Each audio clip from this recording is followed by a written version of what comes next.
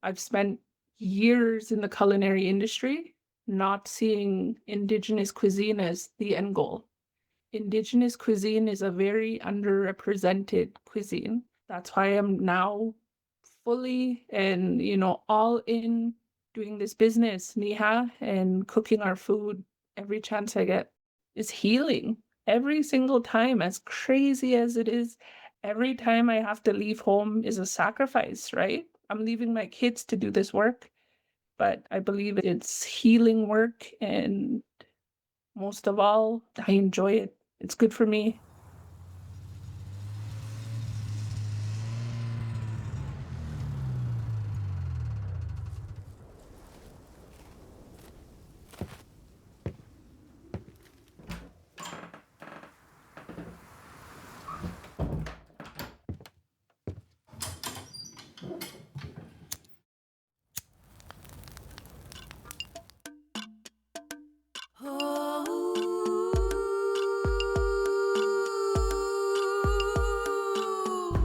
Hey everyone, welcome to Venture Out, a podcast series from Entrepreneurship that shares the brave stories of Northerners who are inspiring innovation and community well-being through business.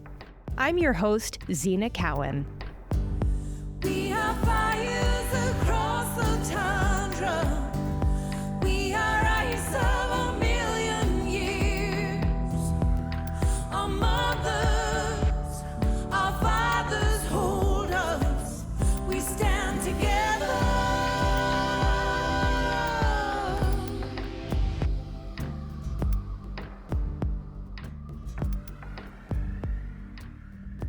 Happy New Year, friends. I love this time of year in the North because we're still getting that darkness and cold, which I personally love, but the days are also getting longer, and that always brings back this sense of hope and energy to our communities, and you can just see it in people's faces. On that note, I think we need hope right now because we're living in really difficult times politically and environmentally, and there's just a lot of tension and uncertainty across the Arctic right now. And everybody's talking about security and defense and sovereignty and trying to figure out what's next.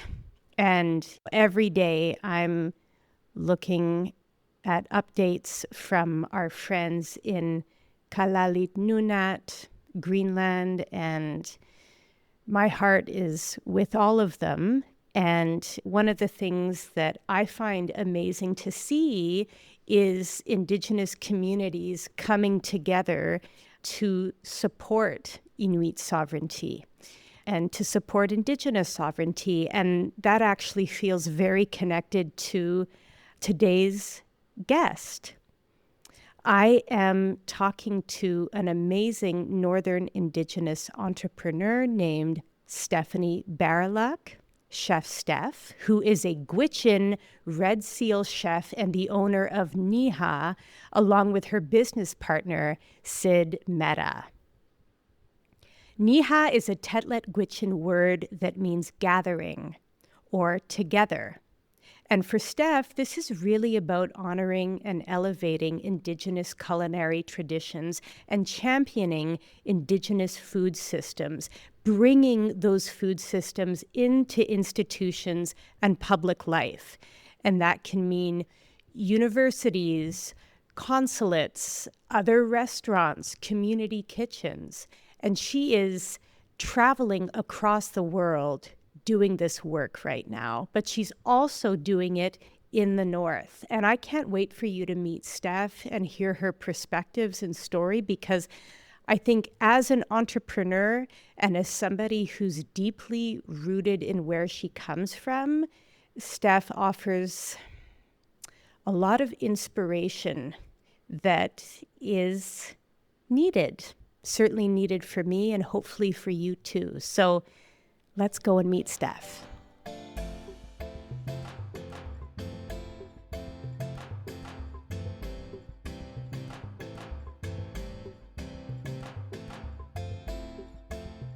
tell me, where are you this morning and what are you doing?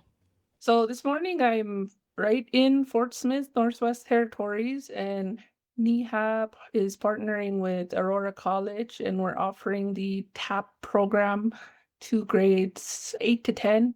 So every evening we have a wide range of kids from, all over the north who spend 2 hours cooking with me. I talk a little bit about what I do, how I got there, and who I am as a Indigenous chef. And Steph, I think a lot of people listening to this podcast are familiar with you. You've got a lot of fans across the North, especially in the NWT and the Yukon. But can you introduce yourself and share a little bit about where you come from? So Gwich'in, Steph Baryluk. I'm from Teetl'it. So my name is Steph Baryluk, and I'm originally from Fort McPherson, Northwest Territories. I was, raised in the North. I grew up in a Gwich'in household and in a Gwich'in community. So I'm very fortunate that I got to grow up with all of that culture, right at my fingertips. And from a very young age, I got to learn about who I was as a Gwich'in person and the type of life, we live. Currently, I work as a Indigenous chef. I launched my own company called Nihkhah. Nihkhah is a Teetl'it Gwich'in word meaning together or gathering. So I like to think of it as, all of my training as a Gwich'in person combined with all of my training to be a chef and embracing, both sides of that, and now showing who we are as Indigenous people. So I'm very fortunate to do what I do. And, I appreciate all the jobs along the way. Beautiful. And we'll get to Nihkhah in a little bit. But Steph, you mentioned having grown up in a Gwich'in household and grown up in your culture. I know that your parents, James and Mary Ross, are big sources of inspiration for you and who taught you a lot about what you know. Tell me about your family and tell me about what it means to grow up in a Gwich'in household. So I am the youngest of my family. I have three older sisters, an older brother, and my parents. I think throughout my upbringing, there was always people there to protect me, to watch out for me, and to kind of guide me. I understand that, a lot of people don't have that. So, I make sure that I appreciate it. So, with my mom and my dad, right from a young age, teaching us about our culture, teaching us, about who we are, growing up in a very remote Arctic community, being encouraged to travel, being encouraged to see what's out there. It was a part of my dad's plan that we all go to college, we all drive in the city, we all go and see that other side of life, I guess, compared to the North. And ultimately, I did create a life outside of my community, outside of the Northwest Territories. I reside in British Columbia, but how do I connect back to that upbringing? How do I connect back to being a Gwich'in woman in Vancouver, BC? So I think there's so many lessons that I could talk about, from my parents as to what do we eat as Gwich'in people? How do we harvest? How do we process? Being respectful to others, sharing what you have. These are all lessons that, the Gwich'in Nation follows. So I think it was just, about who we are. And sometimes people kind of forget that. Yeah, and I can imagine, moving away and creating a life somewhere else. You have to be really intentional about ensuring that you don't forget. And I know that for you, currently based in BC and Tawasin with your family, coming back north to do your work now is really important to you. and that place that is your home and the land that you come from. Can you tell me a little bit about Teetl'it and what that place means to you? Sure. So, you go into Teetl'it and everybody knows everybody. I remember the first time I brought my husband up to Teetl'it, it took 2 days before the whole town knew who he was. It's a community that has its struggles like any other community, but I feel like, we still come together as a community. We still support in the harder times. And it's a community that still follows so many traditional ways. We still have traditional feasts. We still have traditional hunts. Our language is being taught in the local school. And, as small as our community is, I really appreciate the community just for being so supportive, especially me kind of leaving and now embracing who we are as Gwich'in people. I received so much support from people of all ages in that community, whether it's sharing photos, sharing their stories. And that's what we strive to do through this company is uplift other Indigenous people, uplift, other communities, traditions, and stories.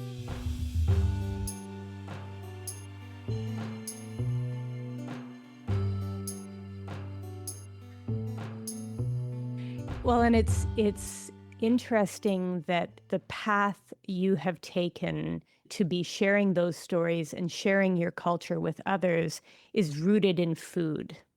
And I know that this is a big year for you professionally because you're really giving Nihkhah your all.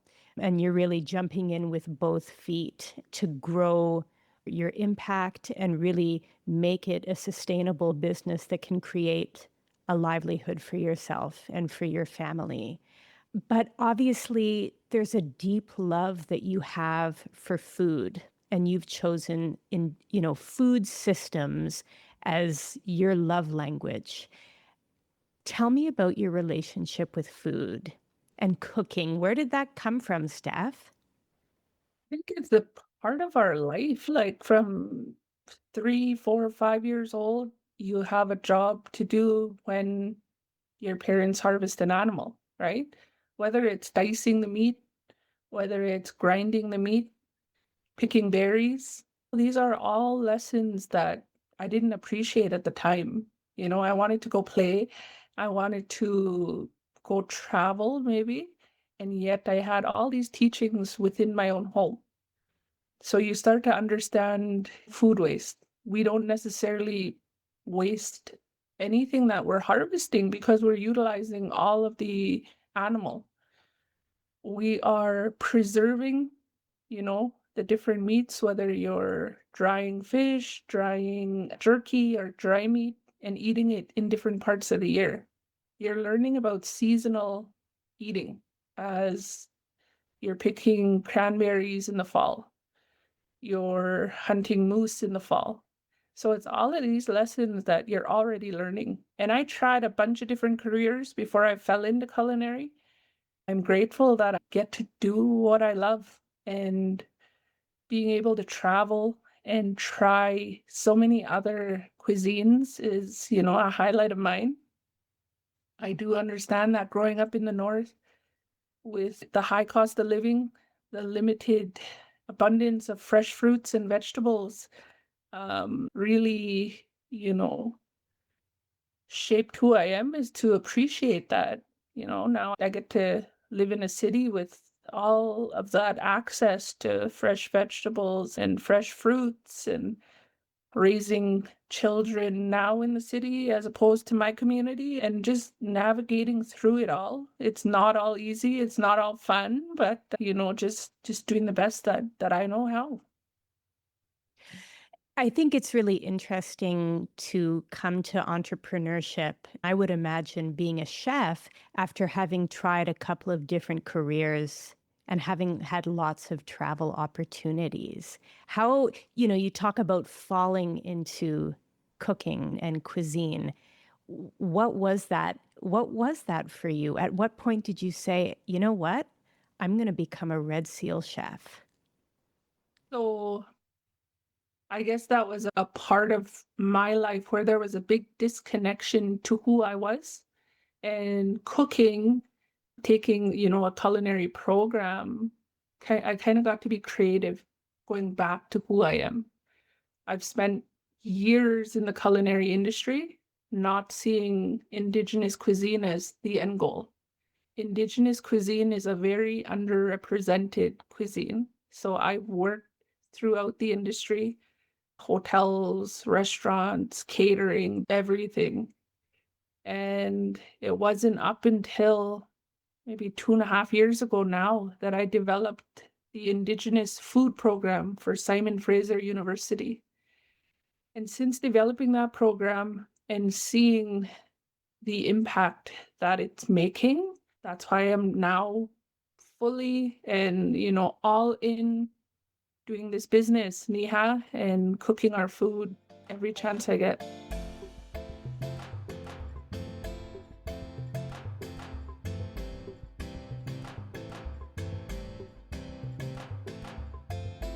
I've traveled across different parts of Canada, and I think I have had the privilege of dining at 2 Indigenous owned restaurants. I agree that Indigenous cuisine is really underrepresented, and I'm curious, why do you think that is? So I think it's a lot of knowledge. A lot of people, since doing this work, they don't know who Indigenous people are, where we're from, or what we eat. And going back to the Northwest Territories, the Northwest Territories has 27 different First Nations. I'm Teetl'it Gwich'in. That's one of the 27. Each one of these groups have maybe different things they eat, different ways they prepare it, and different stories, different traditions. So imagine going throughout the country and finding all of the different First Nation groups that eat different products and have different traditions and stories along with it. I think, a lot of our history was lost due to colonization, and a lot of our ways were disrupted. A lot of communities now are looking to revitalize who they are or who we are as Indigenous people and relearning a lot of, the foods we eat. Traditionally, people think Indigenous cuisine of just Bannock. And if you dive deeper into Bannock was actually brought with colonized ingredients. So there's a lot of backlash to serving Bannock. I personally choose to serve Bannock at my events, primarily because I have a lot of good memories with it. Growing up in my household, it was always served. My mom always made it. Growing up, my kids are growing up now with it. But it's really about sharing who we are so people can understand that. I do a lot of work with non-Indigenous groups, and it's almost like an introduction. And explaining briefly about who I am from the Arctic and the food I choose to serve is not necessarily just what I grew up eating. It's about what I learned throughout my travels. It's about what I've learned from other First Nation groups. So we have a lot of story to tell as Indigenous peoples, and we need people to listen. Yeah, and that knowledge sharing and education that you're talking about, I know is rooted in your business, Nihkhah, and it sounds like it's also rooted in this program that you have developed at Simon Fraser University. Before we talk about your business, can you kind of give me an overview of this program, who it's for? Or so, Simon Fraser University has a huge dining hall that serves up to 15 to 1600 for a lunch seating. You walk in the doors and there's about 16 different stations within that facility. It's nothing like when I went to college and my options. You could eat so many different cuisines. I received a call from someone with Simon Fraser University, and they kind of pitched this idea to create a whole Indigenous food program. And I remember being very nervous. I remember one of the elders, Eileen Cooey, and I first asked, is it okay to share our knowledge so publicly, so openly? And without hesitation, she said, we share what we know and we share what we have. Said, okay, well, the next question, can I change some of our more traditional foods? I grew up, with boiled caribou or fried caribou. That's generally what I grew up with, soup or stew. And as a chef, the creative side came in. Like, I want to start to have fun with these ingredients. And she was very supportive in what I was asking. So off we went.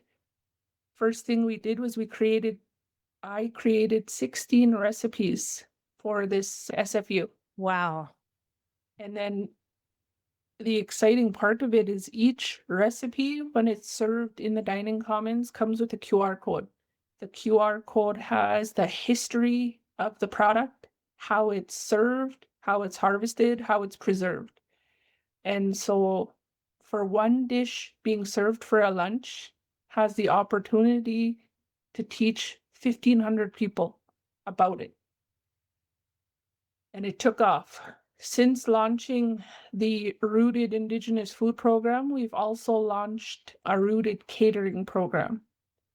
2.5 years later, we're still developing the program. I'm still working with that team to ensure we're continuously adding new recipes, new menus, looking at different ways we can do this. Once a month, we serve 5 to 6 rooted items in the dining commons.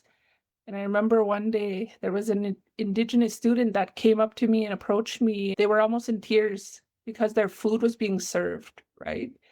And I remember that one because even for me, I didn't see this happening. It's not something that happens. Why? Our food should be served. Our food should be showcased. And, I appreciate the relationship that was built with SFU and the team there. They took all of the information I shared so respectfully, and it's still relationships that I have today with that team.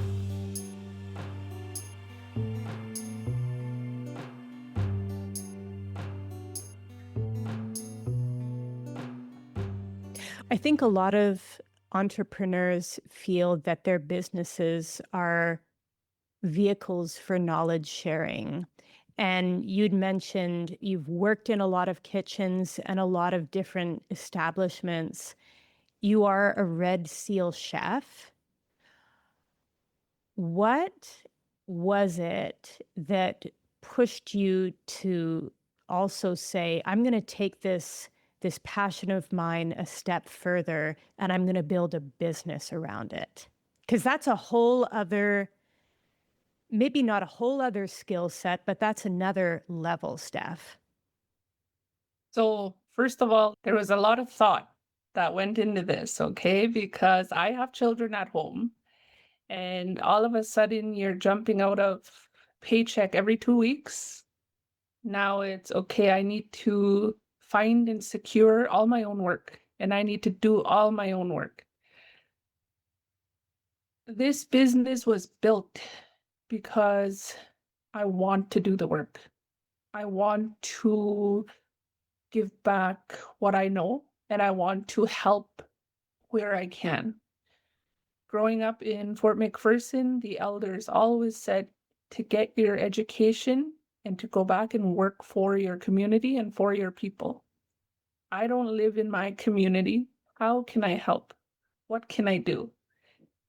As a Northerner, someone from the NWT connecting directly with NWT people, has been amazing. I know these people, and to be that little bit of inspiration, for others wanting change or wanting to do culinary, the more I do, they can see that it's possible, right? I have kids at home who I want them to feel the same way. I want them to kind of go after, the big things, to go after what they want to do. And as much as, I push them to do that, I want them to also embrace who they are as Indigenous kids, who they are as, two little Gwich'ins growing up in the city. And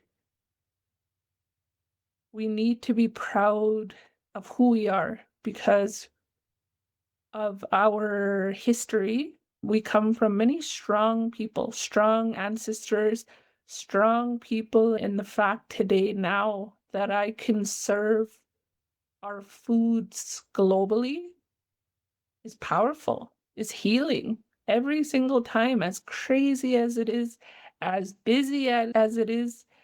Every time I have to leave home is a sacrifice, right? I'm leaving my kids to do this work, but I believe it's healing work, and most of all, I enjoy it. It's good for me.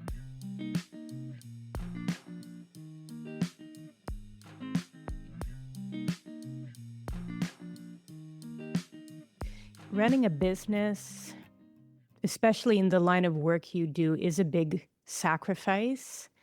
But when you also know that it is your calling and it connects to your deeper purpose, you got to do it, and you figure out how.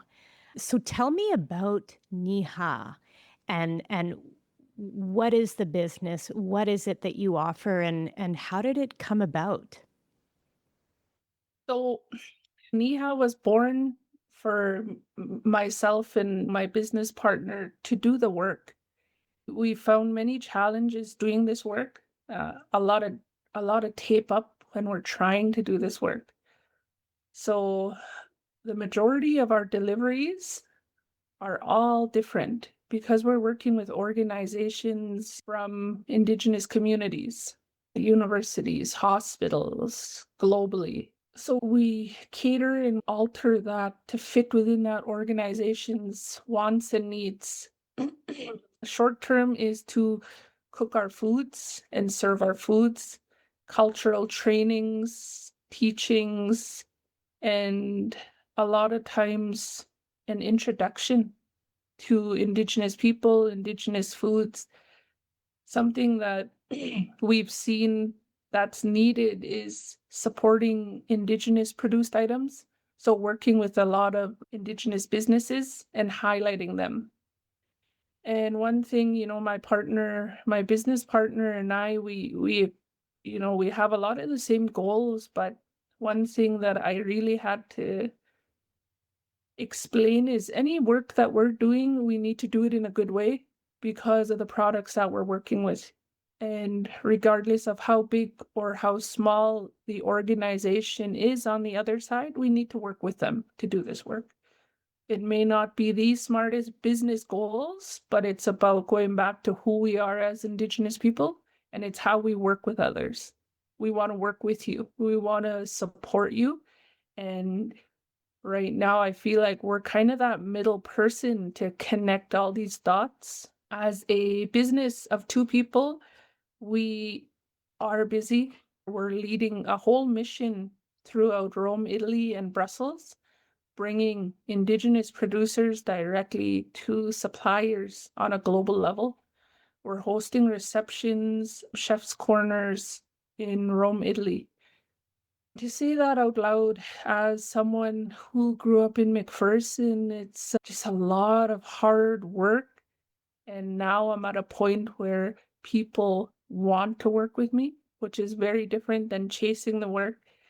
And it's been, again, people on social media may see the trips, you're in Rome, you're in Brussels, you're in wherever. They don't see the work it takes to get there, the work it takes to, pull off events halfway around the world. So something I try to do is stay very grounded in what I do. I understand that it's still hard work owning your own business. You're the one that's doing the work, and you kind of got nobody to blame but yourself. So the work is enormous, and on almost a weekly basis, I see you on social media having to leave your family and go somewhere, whether it be back to the NWT or over to Europe. I know that you have a really great relationship with your business partner, Sid, and I know that partnerships can really make a business what it is. Can you tell me a little bit about that partnership and how you decided that you wanted to work with a business partner who is a non-Indigenous person? And how do you share that load? I'm very new to owning a business, and our business is, I need to be on site. I need to be the face of what we're doing. And while I am in, Fort Smith, who's taking care of all the logistics? Who's taking care of all the planning, all the proposals, all the invoicing? And Sid plays a huge role in the other side of the business. He is someone that I worked with previously, and he understands the work we're doing. He understands the relationship building, taking the time to build the relationships with other communities or other organizations. He understands having those first talks to community members or elders. And, so far, we are making it work. We are extremely busy, and to be such a new business and to actually have to turn down things because I want to do it all. I want to do everything. I want to hit as many people as we can. Taking the time to see how far you've grown as a business. And I knew a big part of this was dedicating time to the north. And so as you've seen, over the past 3-4 months, all my work was just dedicated to the north. And slowly, as we're doing a lot more southern work, a lot more global work, and doesn't mean that I'm not coming back to the north. It just means that there's work to be done throughout the world, and I'll always come back to the north when when the job is right and the time is right. But I appreciate being able to spend so much time in the Northwest Territories, and I haven't been to Yellowknife so much in my life. I'm just grateful. Oh my gosh, this summer it felt like you were just a Yellowknife staple, just at the range every week. We we did a 75-person plated 7-course dinner in Yellowknife. We did this event for this lovely organization called Entrepreneurs. We did 175 people, 5 to 7 stations, indigenous cuisine, right? And I cook throughout the world, and I get nervous when I'm in the NWT with Northerners on the other side because they know their food.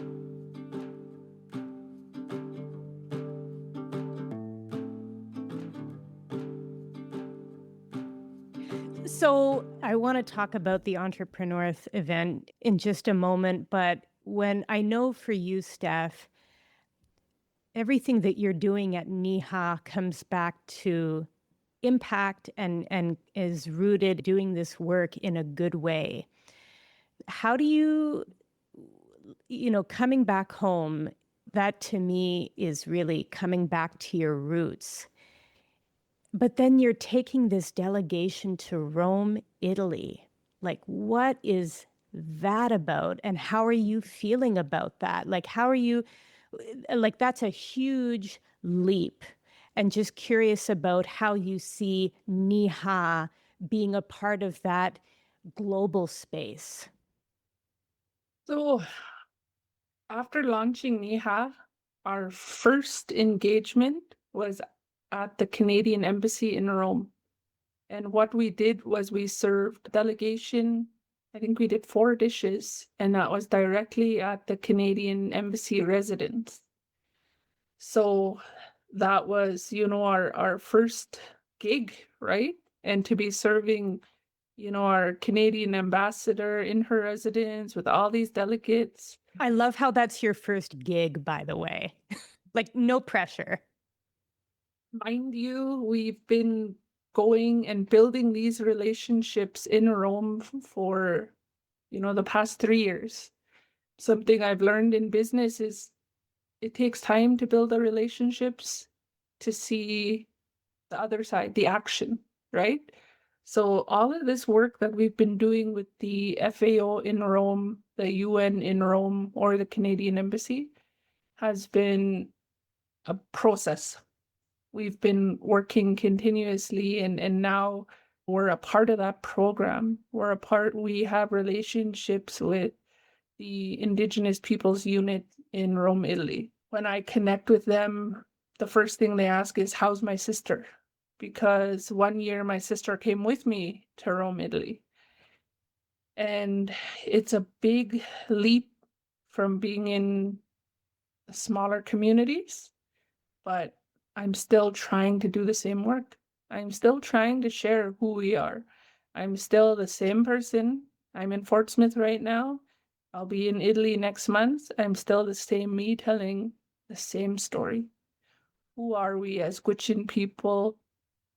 Where am I from? The pride I feel in sharing about us as the Gwich'in nation.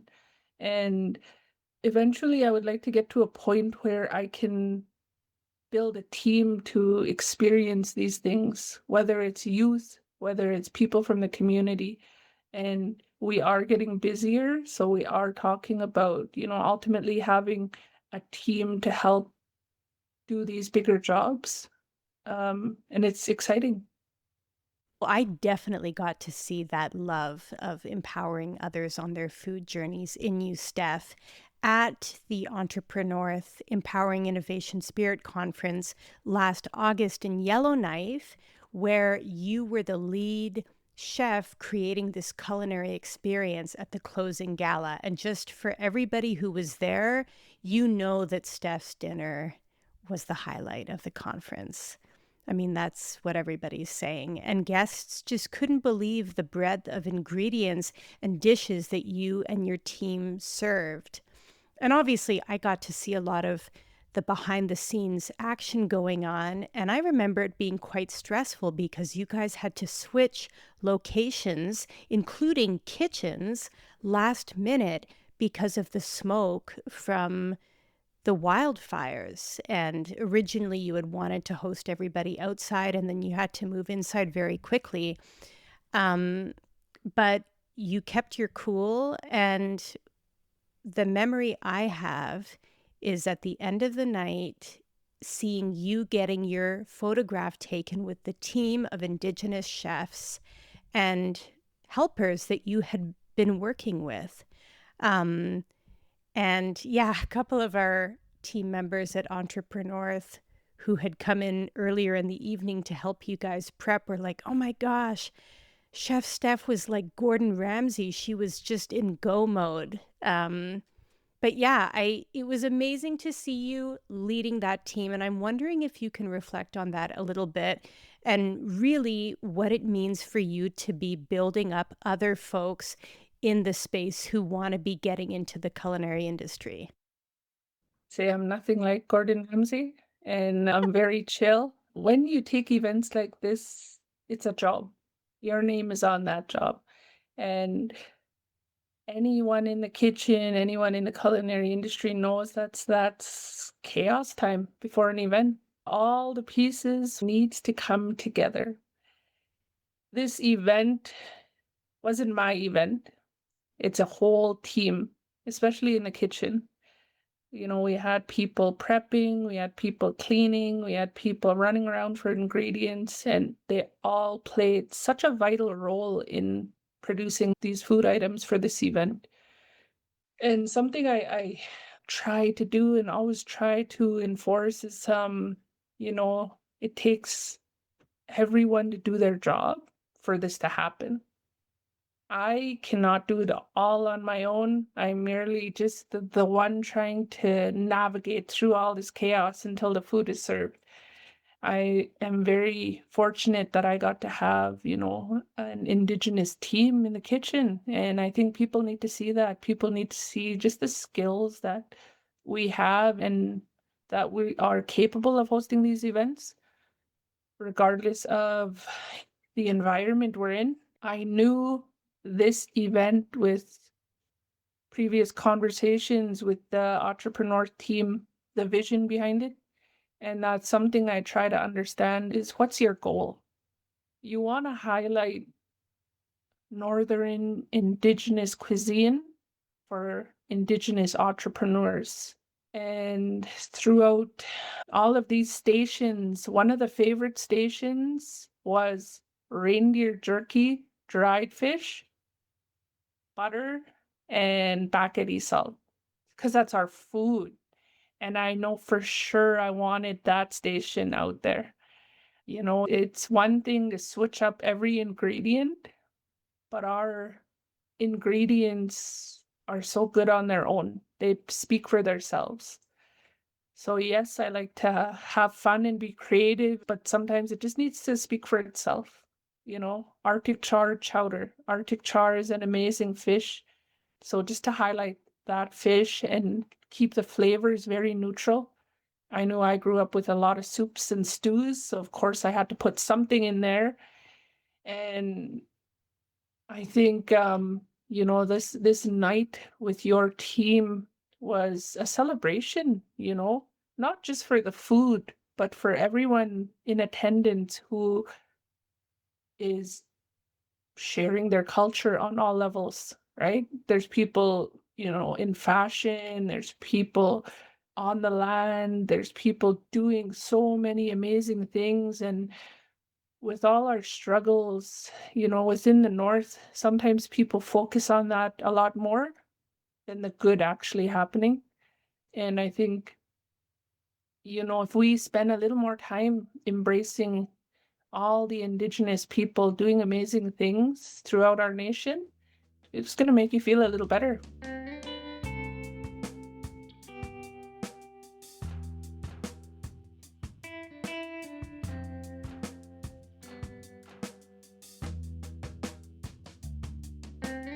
You definitely see how cuisine brings people together in a different way. It does invite celebration. It does invite sharing and connection and vulnerability. And I think about all the different Indigenous people in the food industry who you've now been able to meet, across Canada and across the world. And I'm curious, what do you see your role being in supporting the larger Indigenous food systems movement, like beyond the North? What role do you play in that? So, we've spent years working to build this platform. And if I have programming with bigger events, bigger venues, then how do I take these smaller businesses and highlight them? How do I highlight their product? How do I share their story? I'm here to support the other Indigenous businesses because I understand how it feels to be, say, the underdog, right? And throughout my journey, throughout my work, it's something that will always be a part of Nihkhah is supporting others. How do we work together to build each other up? Can you give maybe an example or two of some food products by other Indigenous food businesses that you really like to amplify and support? Of course, so there's three businesses I'm going to highlight, and throughout our work in the North, we've built a gift bag, and the gift bag contains all Indigenous produce items. The first product is Tradish Jams, and it's produced in Langley by Sarah Maru. She is a wonderful chef. and she is also a friend of mine. She produces different traditional jams. She has a food truck, and she also has a restaurant. So she is doing amazing things, and the fact that I can use her products in some of my menus and recipes is I'm excited to do that. And the second item is Banging Bannock Mix. Again, another Indigenous woman-owned business. Amazing product, amazing people to do business with, to work with. Very easy to connect with, and a great product to use. And lastly is Sriracha Revolver. She is another Indigenous woman-owned business. If you look on the Rooted Indigenous Food website, you're going to see all of these three businesses highlighted in some of the work I do. And again, I think we have 60 youth participants in 2 communities, in Wati and Dilo. Each of these participants are going to get a gift bag with all 3 items in there. Taking the time with the kids to talk about owning a business, owning a food business. I was in Deda at the school, and the school actually produced birch syrup. So that birch syrup that I was gifted is going to be used in my dinner in Vancouver at the Honey Salt. So again, these kids produce this birch syrup. Now it's going to be served downtown Vancouver. And that's the connections I hope to continue to make and highlight both sides, right?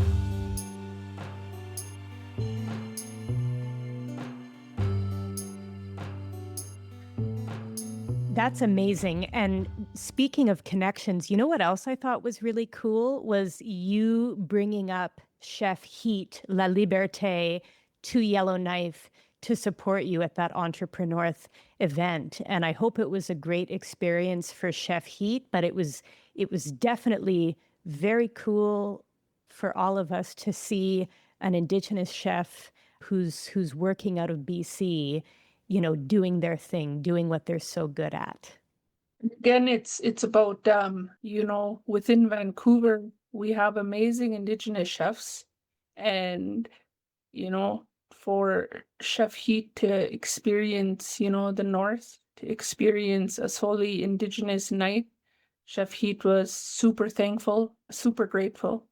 And I'm always willing to work with others as long as they're willing to work as well. A lot of these trips are work. We do long hours, a lot of preparation. And right before the food goes out, you'll see a different side of me. But after that, I'll be all good once the food is served. Oh yeah, you guys did a wicked job. Very professional. And Steph, my last question for you is, you see Indigenous professionals in industries taking up space and claiming the spotlight. You're seeing that with Indigenous fashion and the different Indigenous fashion weeks that are coming up across the world.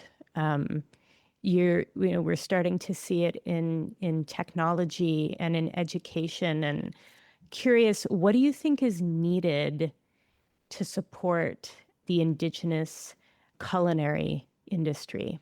What needs to happen for more Indigenous young people to step into that space? So I think it's the culinary industry in general. The culinary industry is a very hard industry, long hours, lots of work. You really need to love it to be in it. And for me, throughout my culinary journey, to be working, the 13, 14 hours in a kitchen, now I get the chance to do what I want with culinary. Now I get the chance to share food so personal to me as a Gwich'in woman.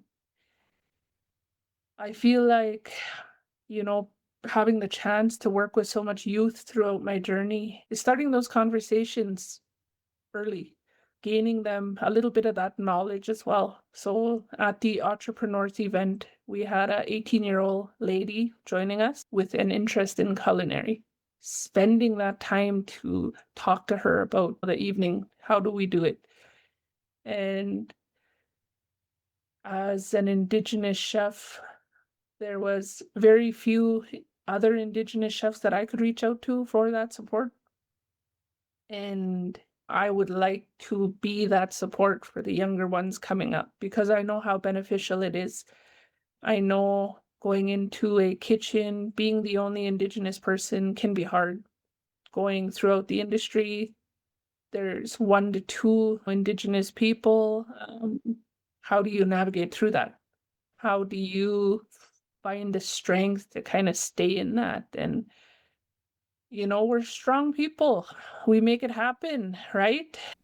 Okay, seriously, last question, but you just sparked something in me, and then I'll let you go. I know you got to get back to the youth. You talk about wholeheartedly being present and being available for younger people in this space and just managing the immense stress that comes from being a chef in the kitchen. How do you take care of yourself, Steph? So, beginning of my culinary journey, I would say I didn't. I just worked. Now I am a mom. I am a wife. I run a business. I am I wear all of these different hats, and really what I enjoy is being on the land, whether it's taking a walk, whether it's, taking a drive and really just connecting back to that piece. I'm up in the north right now and taking the time to explore a lot of these communities that I've never explored before. Anytime I've come up to the north previously, I go right to my home community and I spend all my time there. And now I get to embrace, all these smaller communities. So just connecting back to the land, eating traditional foods when I can. I have a friend here in Fort Smith.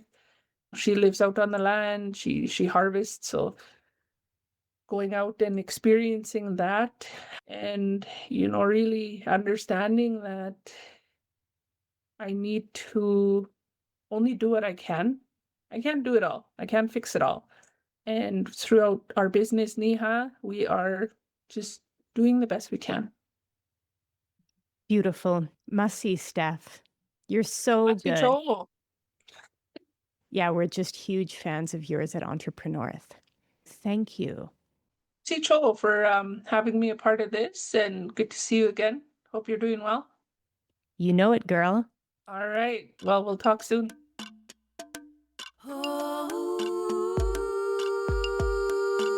You know what? I can say with some level of confidence that Chef Steph may be coming to a city near you sometime soon. And I say that because she's always on the road. She's always going somewhere really cool. So if you can envision a way for Steph to come and offer her services where you live, definitely reach out. Nihkhah has a website which has a lot of great information. It's nihkhah.ca, and Nihkhah is spelled Nihkhah. So please check them out. Venture Out's production team includes myself, Brandon LaRock, and Jess Duncan. And our theme song is Fires Across the Tundra by Denenday's Leela Gilday.